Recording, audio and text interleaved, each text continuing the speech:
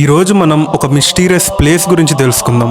దీని నేమ్ వచ్చేసి the డియాట్లో pass incident. ఇక్కడ చాలా మిస్టీరియస్ థింగ్స్ జరిగాయి. ఒక రియల్ ఇన్సిడెంట్ గురించి మనం ఈరోజు తెలుసుకుందాం. 1959 రష్యాలోని ఒక మంచుతో కప్పుబడి ఉన్న ఒక ప్రాంతం, ఒక మౌంటైన్, ఇక్కడ జరిగింది ఈ ఇష్యూ. 9 మంది ట్రెక్కర్స్ ఒక అడ్వెంచర్ కోసం స్టార్ట్ అయిన కథ ఇది. కానీ ఆల్ ఆఫ్ సడన్ వాళ్ళు అందరూ ఈ యొక్క ప్లేస్కి వచ్చారు.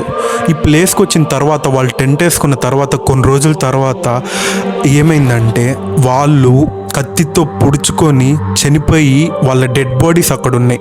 తర్వాత కేసులో పరిశీలిస్తే కొంతమంది పోలీసెస్కి ఇది తెలిసింది. సో ఇంత దారుణం ఈ యొక్క మిస్టీరియస్ ప్లేస్లో జరిగింది. అసలు ఇక్కడ ఎందుకు ఇలా జరిగింది ఏంటనేది మనం డీప్ డైవ్ చేద్దాం.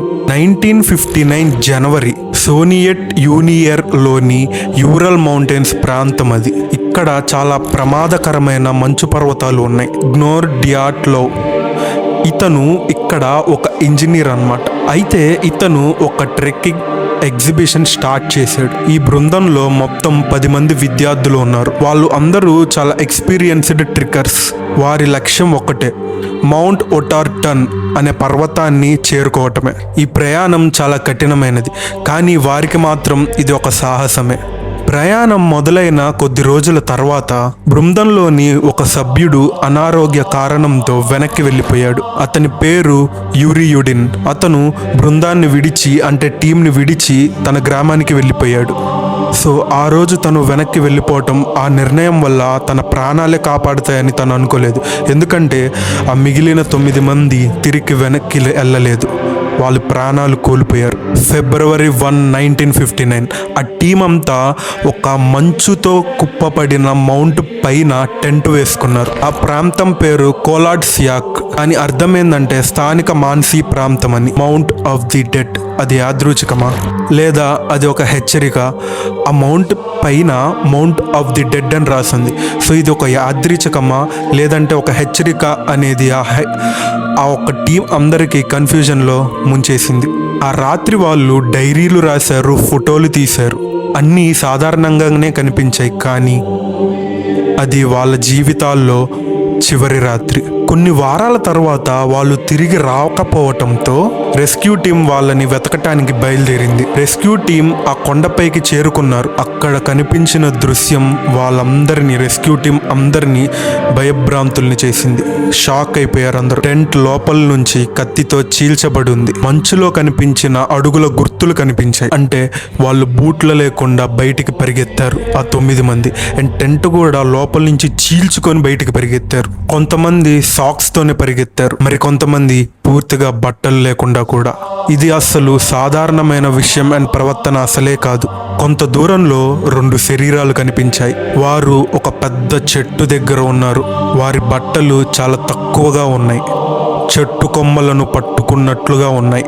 అంటే వాళ్ళు ఏదో భయంకరమైనది చూసి చెట్టు ఎక్కటానికి భయంతో ప్రయత్నించినట్టుగా ఉంది. కానీ వాళ్ళంతా మంచులోనే చనిపోయారు. మరి కొంచెం దూరంలో ఇంకో 3 శరీరాలు కనిపించాయి. వారు టెంట్ వైపు తిరిగి వెళ్ళటానికి ప్రయత్నించినట్లుగా కనిపించాయి. కానీ మంచు తుఫాన్ కారణంగా ఆ 3 వ్యక్తులు కూడా అక్కడే మరణించారు. మిగిలిన 4 శరీరాలు 2 నెలల తర్వాత మాత్రమే కనిపించాయి. వారు ఒక చిన్న లోయలో ఉన్నారు. ఇక్కడే ఈ కేసు మరింత విచిత్రంగా మారింది. వారి గాయాలు సాధారణ ప్రమాదం వల్ల వచ్చినట్లు అస్సలు కనిపించలేదు. ఒకరి ఛాతి ఎముకలు విరిగిపోయాయి, మరొకరి తల బలంగా దెబ్బతినింది, మరొక లేడీకి నాలుక లేదు, ఇంకా కొన్ని శరీరాల్లో కళ్ళు కూడా లేవు. ఇంకా ఒక ఆశ్చర్యమైన విషయం బయటపడింది. వారి అందరి శరీరాల్లో రేడియేషన్ లెవెల్స్ చాలా హైగా ఉన్నట్టు తెలిసింది. అసలు అది ఎలా సాధ్యమైందో అంతు చిక్కలేదు. ఈ ప్రాంతంలో మౌంట్ పైన చాలా తుఫాను ఉండటంతో అసలు ఈ రేడియేషన్ లెవెల్స్ అంత హైలోకి ఎలా వెళ్ళాయో అంతు చిక్కకుండా పోయింది. కొంతమంది సాక్షులు ఏం చెప్పారంటే ఆ రోజు నైట్ ఆకాశంలో ఒక ఆరెంజ్ రంగు కనపడింది అన్నట్టు చెప్పారు. అది చాలా మిస్టీరియస్గా ఉన్నట్టు, ఆ దృశ్యం చాలా మిస్టీరియస్గా ఉన్నట్టు చెప్పారు.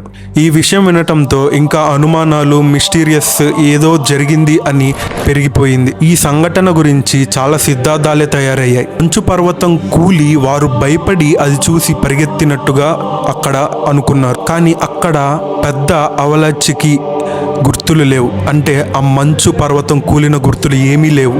కొంతమంది ఏం చెప్తున్నారంటే ఆ ప్రాంతంలో సీక్రెట్ మిలిటరీ ఎక్స్పెరిమెంట్స్ జరిగాయని చెప్తున్నారు. గాలి వల్ల కొన్ని ప్రత్యేక శబ్ద తరంగాలు ఏర్పడ్డాయని చెప్పారు. వారిలో దీనివల్ల అసాధారణమైన భయాన్ని కల్పించాయి. డియాట్లో పాస్ ఇప్పటికీ పూర్తిగా అన్సాల్వ్డ్ గానే మిగిలిపోయింది. 2019లో రష్యా ప్రభుత్వం మళ్ళీ ఈ కేసుని సాల్వ్ చేద్దామని ట్రై చేసింది.